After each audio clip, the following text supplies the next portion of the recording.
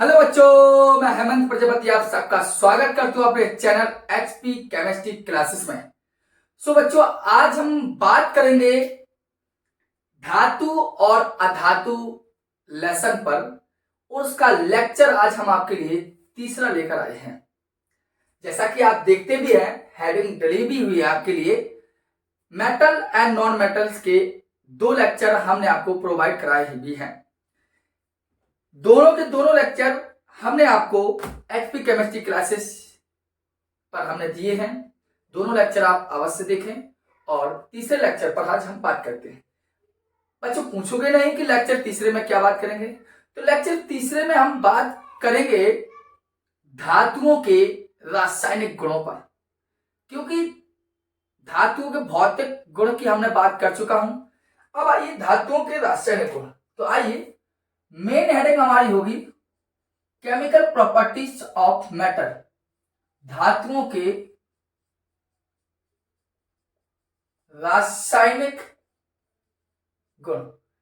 Chemical properties of matter क्या होती हैं, तो चलिए हम एक एक कर इस पर बात करते हैं।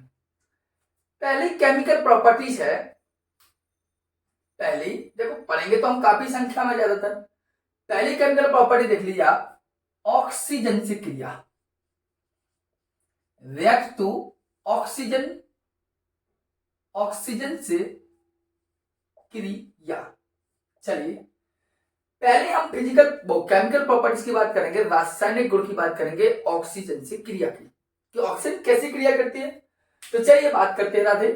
देखिए ऑक्सीजन से क्रिया क्या होगी, तो आप एक ध्यान देना, यहां पर कई तरीके की बात करूंगा मैं। पहली बात ध्यान दे लीजिए, यहां पर एक बार, कोई भी धातु ऑक्सीजन से क्रिया कर क्या बनाएगी, तो एक बात ध्यान दे लीजिए, अगर आपके पास जो धातु है और आपके पास ऑक्सीजन है, धातु है और आपके पास ऑक्सीजन है, यह आपस में क्रिया कर धातु ऑक्साइड बनाएंगी। इसको नोट कर लेगा आप अवश्य, कि यदि धातु ऑक्सीजन से क्रिया करे तो बनाएगी क्या। तो मैंने कहा धातु की यदि आप ऑक्सीजन से क्रिया कराएंगे तो बनाएगा धातु ऑक्साइड। ये वर्ड वेस रिएक्शन है आपके पास, शब्दों पर आधारित एक समीकरण दिया गया है कि धातु ऑक्सीजन से क्रिया कर क्या बनाती है। तो आप जैसा देखते हैं, धातु ऑक्सीजन क्रिया बनाएगी धातु ऑक्साइड। क्लियर बात। अब होगा क्या, यहां पर पॉइंट बाय पॉइंट आपको जानना अनिवार्य है। देखो, धातुओं की ऑक्सीजन से क्रिया धातुओं की सक्रियता पर निर्भर करती है, एक बात है।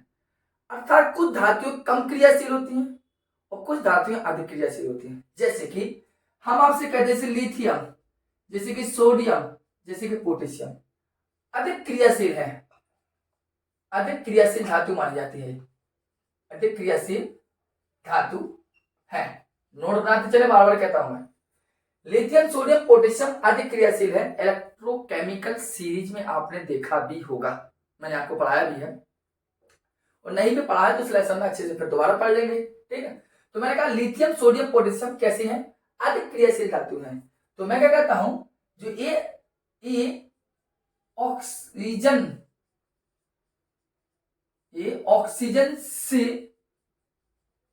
क्रिया साधारण ताप, कौन से टेम्परेचर की बात करें, नॉर्मल टेम्परेचर, साधारण ताप पर, या इसे बोल सकते हैं कमरे का ताप, जिस कमरे में हम आपको पढ़ा रहे हैं इसका जितना टेम्परेचर है, इस टेम्परेचर पर भी सोडियम और पोटेशियम क्रिया कर लेते हैं। देखिए, कमरे के ताप क्रिया का साधारण ताप पर क्रिया, ऑक्सीजन क्रिया का साधारण ताप पर ऑक्साइड बनाते हैं। क्या बनाती हैं, ऑक्साइड। देखिए, ऑक्साइड बनाती है। तो मैंने ये कहा कि मैंने एक पॉइंट ये कहा कि धातु ऑक्सीजन से क्रिया कर धातु ऑक्साइड बनाएगी, पहला पॉइंट। दूसरी बात मैंने ये कहा कि धातुओं की ऑक्सीजन से क्रिया धातु ऑक्साइड पर निर्भर करेगी। दूसरी बात देखा, मैंने कहा कि सोडियम पोटेशियम ये ऐसी धातु हैं नॉर्मल टेम्परेचर पर ही भी, या हम कह सकते हैं जिस रूम टेम्परेचर पर आपको पढ़ा रहे हैं उस रूम टेम्परेचर पर भी ये ऑक्सीजन से क्रिया कर धातु ऑक्साइड बनाएगी। ठीक है, जैसे कि आपके हमने लिया, हमने क्या लिया, सोडियम, हमने लिया पोटेशियम। ये क्या आपकी सोडियम, ये आपका पोटेशियम। ठीक, इसकी ऑक्सीजन से क्रिया कराई, आप इसकी भी ऑक्सीजन से क्रिया करा लीजिए। ये दोनों के दोनों क्रिया करेंगी और क्या बनाएंगे, Na2O, जिसे बोलते हैं सोडियम ऑक्साइड। सोडियम ऑक्साइड, क्योंकि आपने कहा गया क्या, धातु ऑक्साइड बनेगा। अब धातु क्या है, सोडियम है तो सोडियम ऑक्साइड। धातु मैग्नीशियम होती है, मैग्नीशियम ऑक्साइड। धातु कैल्शियम है, कैल्शियम ऑक्साइड। धातु एल्यूमिनियम है, एल्यूमिनियम ऑक्साइड। धातु आयरन है, आयरन ऑक्साइड। धातु जिंक है, जिंक ऑक्साइड। धातु कॉपर है, कॉपर ऑक्साइड।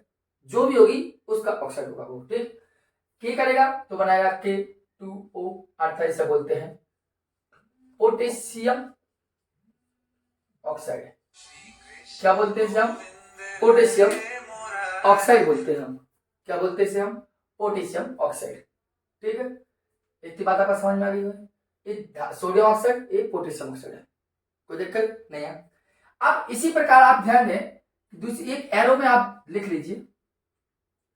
एक एरो में क्या लिखेंगे, तो आप लिख लेंगे कि मैग्नीशियम जो धातु है, magnesium, copper, zinc, aluminium, magnesium, copper, zinc, aluminium, magnesium, copper, zinc, aluminium और भी ऐसी धातु हैं, ये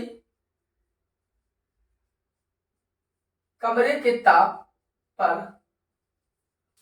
अभिक्रिया नहीं करती है। ये तो ध्यान देना है, ये रूम टेम्परेचर पर क्रिया नहीं करेंगे, इनको और गर्मी चाहिए। अर्थात जो मैग्नीशियम है, मैग्नीशियम को गर्म करना पड़ता है, इसको भी ध्यान देना। जैसे हम आपसे कराते हैं मैग्नीशियम, क्रिया तो करेगा ऑक्सीजन, इसमें कोई दिक्कत नहीं है, बना लेगा MgO।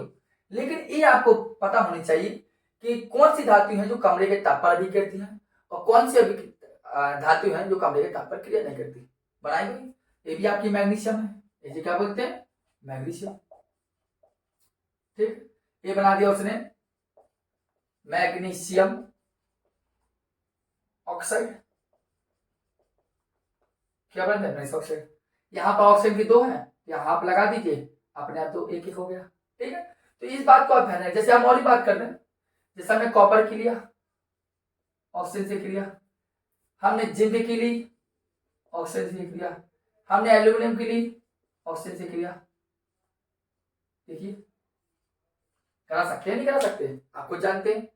लेकिन इस बात को ध्यान देना कि केवल लिथियम, सोडियम, पोटेशियम ही जो कमरे के ताप पर क्रिया करेंगे, क्योंकि ये अधिक क्रियाशील है।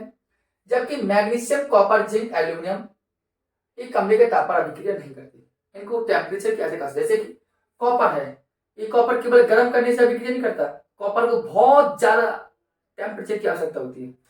बनेगा वही CuO, कॉपर बनेगा। फिर क्रिया वही है, हाफ लगा दी, कॉपर ऑक्साइड बनेगा। क्या बनेगा, कॉपर ऑक्साइड। हम आपको पहले बताया कि जो धातु होगी उसी का ऑक्साइड। जिंक हो गया ZnO, अर्थात जिंक ऑक्साइड। ठीक, एल्यूमिनियम है, बनाएगा Al2O3, एल्यूमिनियम ऑक्साइड। क्या बनाएगा, एल्यूमिनियम ऑक्साइड। देखिए, यहां पर ऑक्सीजन है, वही फिर यहां पर, लेकिन यहां लगा, यहां ऑक्सीजन कितना 3, यहां ऑक्सीजन कितना 3, यहां लगा दी 3, तो 3 दूनी 6 हो गए। क्या करें, 2 दूनी 4 हो गए, 4। ये तो आपने फर्स्ट लेसन में भी देखा, समीकरण को संतुलित कैसे करते हैं। यदि नहीं बनता है समीकरण को संतुलित करना, तो आपसे निवेदन है कि आप कमेंट बॉक्स में कमेंट करें, जिससे हम नेक्स्ट जो लेक्चर लेके आए तो आपको एक बार समीकरण संतुलित करना ही सिखा दे। ठीक है, तो इस आधार पर आप देखते हैं कि ऑक्सीजन से क्रिया कैसे होती है, आपके सामने है। इसको आप स्क्रीनशॉट ले लीजिए अच्छे से और अपने फेयर में नोट करना प्रारंभ कर दीजिए। ठीक, चलिए आगे हम बात करते हैं। इसको लिख लीजिए एक मिनट के लिए। चलिए बात करें हम अगले ऑक्सीजन से बात करेंगे हम आगे।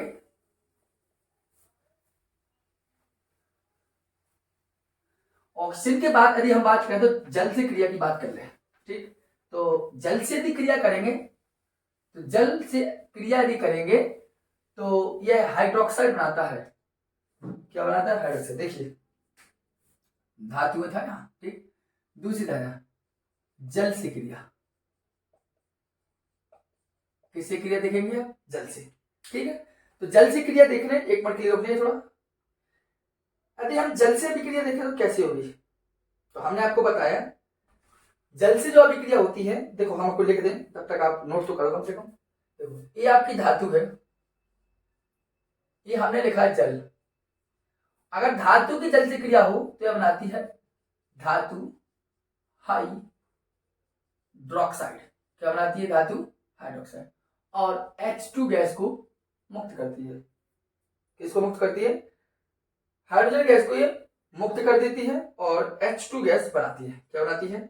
H2 gas. आपके सामने लिखा है। तो आपको ये ध्यान देना है कि कौन क्रिया करेगा तो क्या बनाएगा, इसको आप थोड़ा ध्यान दे दीजिए। ठीक है, देखिए मैंने कहा धातु एक बेसिक फंडा है कि धातु की जल से क्रिया होगी तो धातु हाइड्रोक्साइड और हाइड्रोजन गैस देगी। जैसे कि देखो हम आपकी बता दें, इसमें भी पॉइंट बाय पॉइंट जानेंगे थोड़ा सा। जैसे आपकी बात कर दिया हमने धातु, जैसे हमने लिया कुछ एक बात जो भी ध्यान देना है कि कुछ ही धातुएं होती हैं जो जल से क्रिया करती हैं आसानी से। कुछ धातुएं ऐसी होती हैं जो ठंडे जल से क्रिया करती हैं और कुछ धातुएं ऐसी होती हैं जो गर्म जल से अभिक्रिया करती हैं। इसको भी आपको ध्यान देना चलना है। ठीक है, जैसे आपका कैल्शियम हुआ, सोडियम हुआ, पोटेशियम हुआ, ये ठंडे जल से भी क्रिया कर लेती हैं। किसके क्रिया कर लेती हैं? ये ठंडे जल से भी आपकी क्रिया कर लेती हैं। ठीक है, इस बात को ध्यान देना।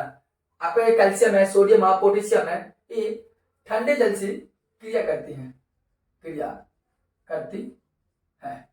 ये थोड़ा फोन बार बार आ रहा था इसलिए इसको साइलेंट करना पड़ता है। ठीक है, कैल्शियम, सोडियम, पोटेशियम ये ठंडे जल से क्या करते हैं? क्रिया करती हैं। जैसे देखो ये कैल्शियम है, जल लिया, सोडियम है, जल लिया, पोटेशियम है, जल लिया। कर सकते। लेकिन इसी में दूसरा पॉइंट ध्यान देना, जो आपकी मैग्नीशियम है, मैग्नीशियम, क्या है? मैग्नीशियम। ये मैग्नीशियम क्या करती है? कभी भी ठंडे जल से क्रिया नहीं करती है। आपको बता दूं, मैग्नीशियम गर्म जल से क्रिया करती है और वही पे क्या? और हाइड्रोक्साइड बनाती है। बनाएगी सर वही चीज जो आपको बाकी एलिमेंट्स बना रहे हैं, बाकी धातुएं बना रही हैं। वैसे ही मैग्नीशियम भी करेगा। लेकिन आपसे कभी पूछ ले जाए कि ठंडे जल से कौन क्रिया करता है तो आप बताएंगे सोडियम, पोटेशियम, कैल्शियम। गर्म जल से कौन क्रिया करता है तो आप बताएंगे कौन सी करता है? मैग्नीशियम। ठीक है, इसी आधार पर लिखना आने वाला है। जैसे इसकी क्रिया कराएंगे हम आगे। देखिए कैल्शियम ने कहा धातु सुधातु, जल सुजल, धातु हाइड्रोक्साइड, कुछ नहीं करना है। CaOH का होल टॉइस बनता है इसका। इससे और क्या निकलेंगे? हाइड्रोजन गैस अवश्य निकालेंगे। गैस है तो तीर ऊपर लगा दिया, गैस है तो तीर हमने क्या कर दिया? ऊपर। आप देखिए आप ऑक्सीजन कितना है? देखो 2 ऑक्सीजन दिखाई दे रहे हैं, यहाँ पे 2 लगा दिए तो कंप्लीट होगा प्रोडक्शन। ठीक है, ऐसे ही NaOH बनाएगा ये और कौन सी गैस निकालेगा? Hydrogen gas. तो कुछ नहीं करना, बैलेंस कर लिए, 2 आ गई, 2 आ गई, तो 2 ऑक्सीजन होगा, 2 आ गई, तो आप 2 2 4 कंप्लीट हो गया। यहाँ देखिए पोटेशियम क्रिया करेगा तो बनाएगा ये KOH और क्या निकालेगा? Hydrogen gas. तीर ऊपर लगा देंगे आप, तो यहाँ वो फिर किया 2 2 लगा लीजिए आप, पूरा संकर। इसे बोलते हैं कैल्शियम हाइड्रोक्साइड। नोट कर लीजिए, बोल रहा हूं calcium hydroxide, sodium hydroxide, potassium hydroxide. Calcium hydroxide, potassium, sodium hydroxide, potassium hydroxide. Note कर लिया आपने? क्लियर? कोई दिक्कत हो आप कमेंट बॉक्स में कमेंट करते हैं। ठीक, अब मैंने कहा कि मैग्नीशियम कभी ठंडे जल से क्रिया नहीं करेगा। मैग्नीशियम ठंडे जल से क्रिया करता है, ये कैसे करता है? गर्म जल से। तो गर्म जल से कराइए आप, देखो तो ये मैग्नीशियम बनेगा वही फंडा। ये आपका अब आपका ये जल कौन सा होगा? ये ठंडा जल होगा, ये क्या होगा? गर्म जल है। इस बात का करेगा तो क्या होगा? MgOH का होल टॉइड और प्लस H2। ऑक्सीजन परमाणु देखो 2 हो गए तो 2 यहाँ लगा दें, तो 2 नहीं 4 ऑक्सीजन, बाकी कंप्लीट है, कोई दिक्कत नहीं। ये आपका कंप्लीट होगा। तो मैं ये कहता हूँ क्वेश्चन आपसे कैसा भी पूछा जाता है कि ठंडे जल से कौन क्रिया करता है और गर्म जल से कौन क्रिया करता है, इस बात को आप अभी ध्यान देना है। ठीक है, ठंडे जल से कौन क्रिया करता है और गर्म जल से कौन क्रिया करता है, कोई दिक्कत होता बताइए। अब इसी में एक पॉइंट आप ध्यान देंगे, आप इसका नोट कर लीजिए इसको। मैंने कहा अभी जल से, ठंडे जल से हुई इनकी अभिक्रिया, गर्म जल से इनकी। अब कुछ ऐसे भी हैं जो भाप से क्रिया करते हैं, जल वाष्प से क्रिया करते हैं। किससे क्रिया करते हैं, जल वाष्प से क्रिया करते हैं या भाप से क्रिया करते हैं। आइए बात करते हैं कौन से ऐसे हैं जो भाप और जल वाष्प से क्रिया करते हैं। देखिए आइए, मैं हेडिंग डाल रहा हूं, तीसरी पॉइंट है इसमें, इसका समझ लीजिए, भाप या जल वाष्प से।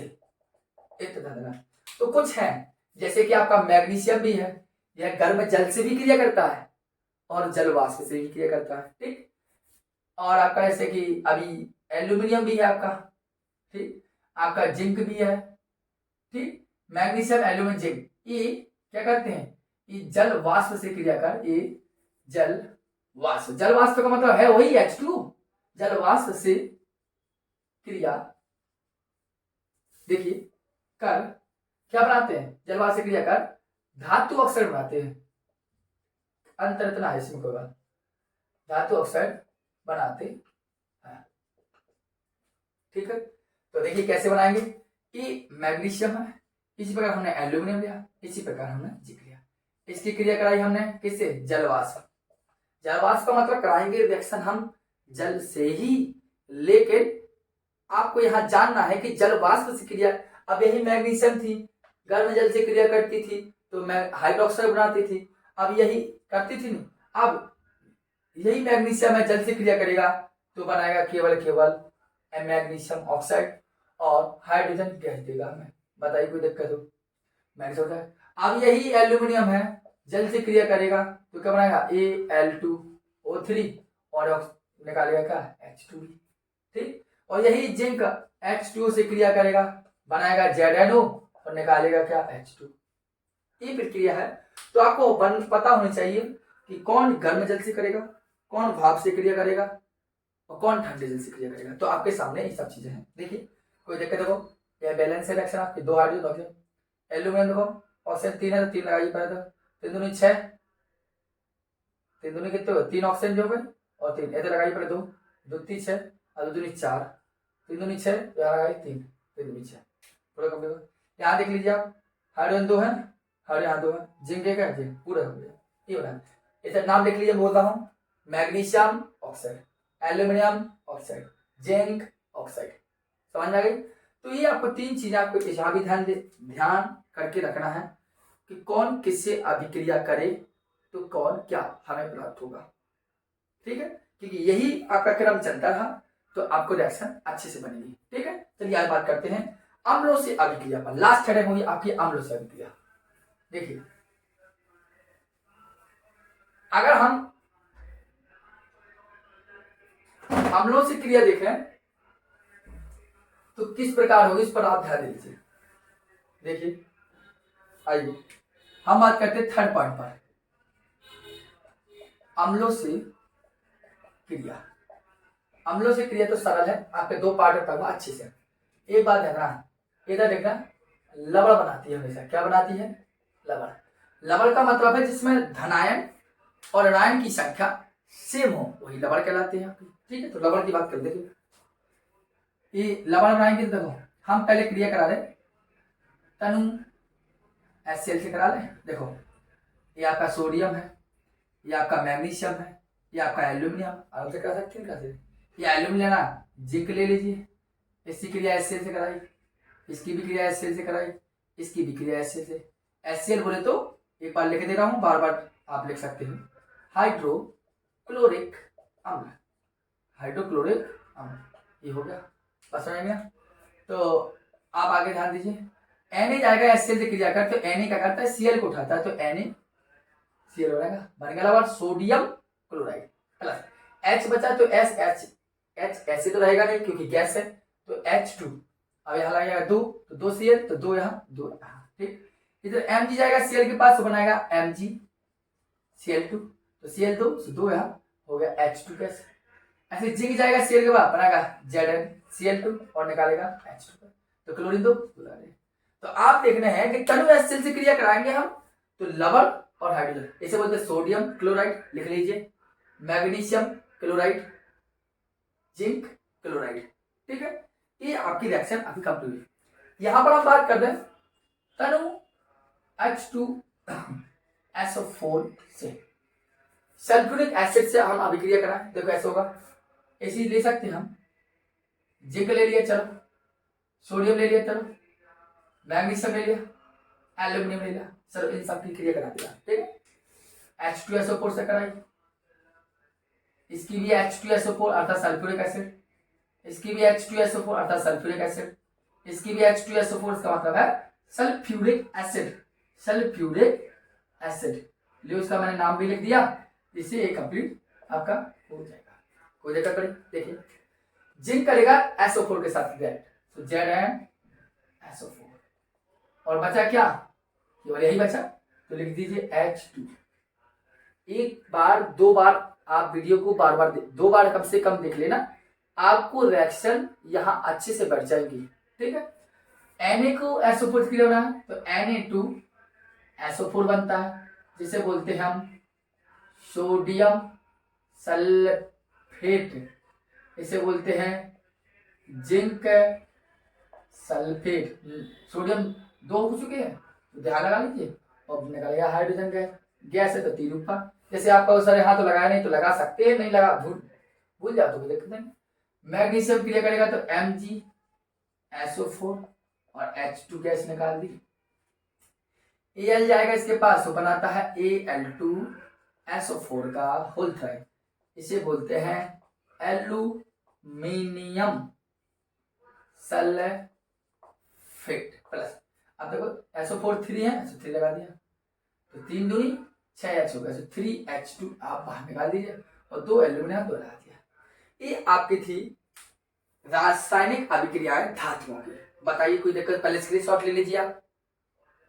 अब ध्यान देना, मैंने अभी आपके धातुओं के रासायनिक गुण समझाए हैं, प्रयास करेंगे कि कंप्लीट हो गए, एक दो बार वीडियो को आप देखेंगे। नेक्स्ट वीडियो होगी आपकी अधातुओं के रासायनिक गुण और धातु ऑक्साइड पर बात होगी। कुछ यदि जल्दी जल्दी पढ़ाया हो मैंने, तो मैंने इस स्तर से पढ़ाया कि आप पढ़ चुके होंगे, लेकिन फिर भी आपको कोई भी प्रॉब्लम हो तो 1 से 2 बार वीडियो को आवाज देख लें, रिवाइज कर नेक्स्ट टाइम वीडियो आपको इससे अच्छी से अच्छी प्राप्त होगी। ठीक, तो आप वीडियो को देखें और यदि चैनल पर नए हो तो चैनल को सब्सक्राइब अवश्य कर लें और वीडियो को शेयर करना मत भूलें, यही आपसे गुजारिश है। ठीक है, तो इसको लिखिए, समझिए, नोट बना लीजिए। धन्यवाद।